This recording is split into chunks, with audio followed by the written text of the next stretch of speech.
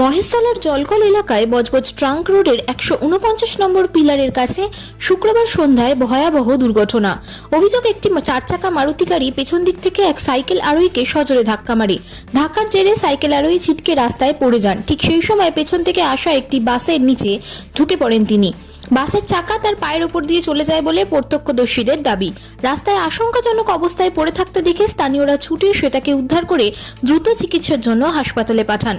আহত সাইকেল আরোহীর নাম পরিচয় এখনো জানা যায়নি। ঘটনার পর থেকে মারুতি গাড়ি ও বাস চালক পলাতক বলে অভিযোগ।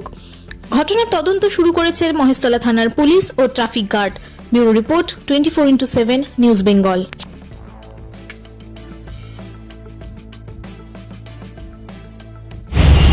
ঘটনাটা কি হয়েছে, এখানে তো আমরা দোকানদারি করছিলাম, হঠাৎ দেখলাম একটা সাইকেল নিয়ে একটা ছেলে যাচ্ছিল, একটা মারুতি এসে ওকে ধাক্কা মারলো আর সাইড থেকে বাস যাচ্ছিল। ও কি করলো, মানে ছিটকে বাসের তলায় পড়লো। ছেলেটার চোট প্রচুর, অনেকটাই ক্ষতিগ্রস্ত হয়েছে। বাসওয়ালা ব্রেকটা চেপে নিয়েছেন, কিন্তু ওই গাড়িওয়ালাটা পালিয়ে গেছে। বাসের পায়ে অনেকটাই চোট হয়েছে, কিন্তু মানে বাসওয়ালাটা ব্রেক চাপার জন্য একটুখানি মানে বেঁচে গেছে, কিন্তু অনেকটা ওর চোট হয়েছে পায়ে। কোথায় নিয়ে যাওয়া হলো? ওকে আপাতত হসপিটালে নিয়ে যাওয়া হয়েছে। এই জায়গাটার নাম? এই জায়গাটার নাম জলকল। আচ্ছা, জলকল মোড়। আচ্ছা, বজবজ ট্রাঙ্ক রোড। হ্যাঁ। আপনার নাম? আমার নাম রুমি চৌধুরী।